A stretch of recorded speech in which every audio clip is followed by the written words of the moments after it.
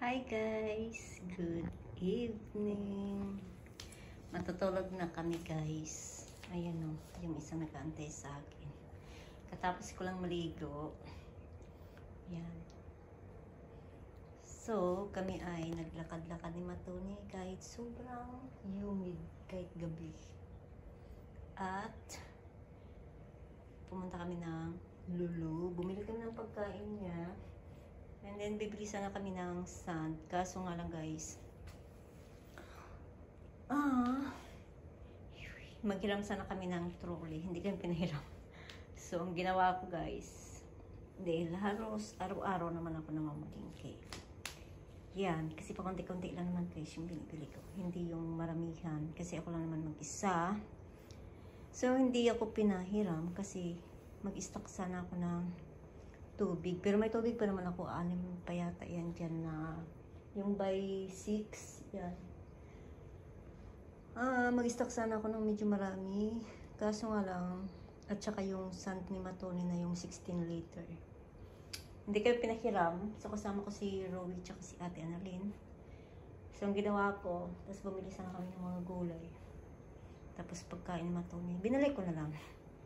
Kasi parang naiinis ako. So anyway guys, ayun yung isa. Orderan na lang kami sa Carrefour. So bukas yung deliver. Yan, mas okay pa. Kaysa bilhin ko is mabigat tapos sobrang init guys umaga. Kaya yun.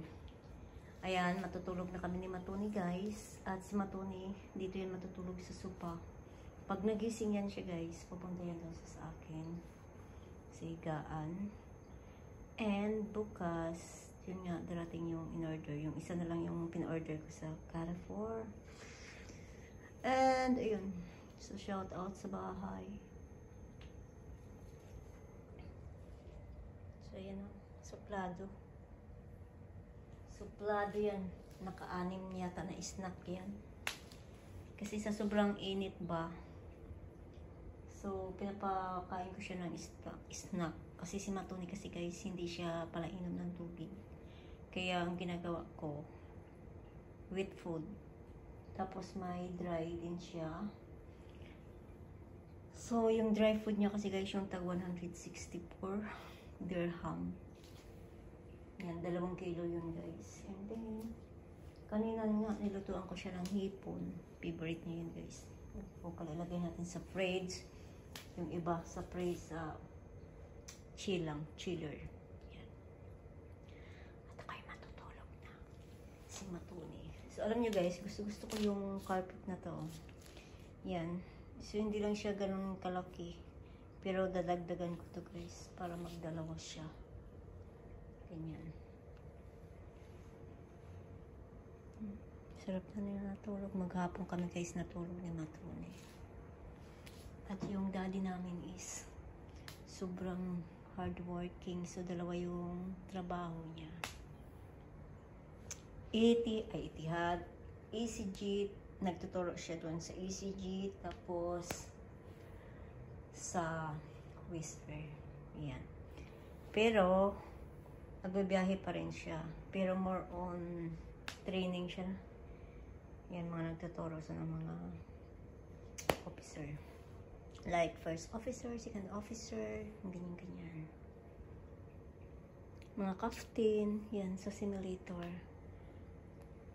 Diba? Ayan o, si Matuti. Tapos, sabi niya kasi, mag-a-apply siya, balik sa Etihad para instructor.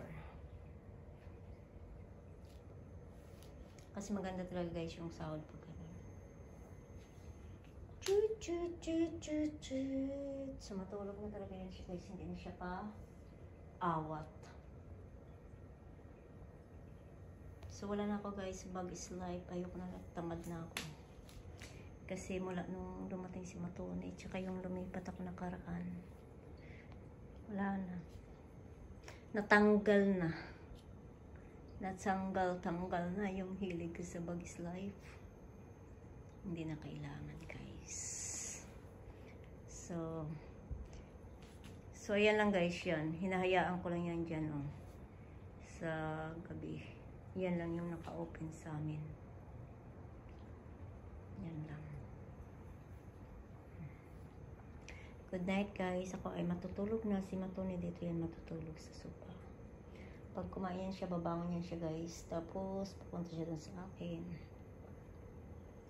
At, hindi ko muna siya lagyan ng bagong pagkain. Ipaubos ko muna yung hipon. Good night guys.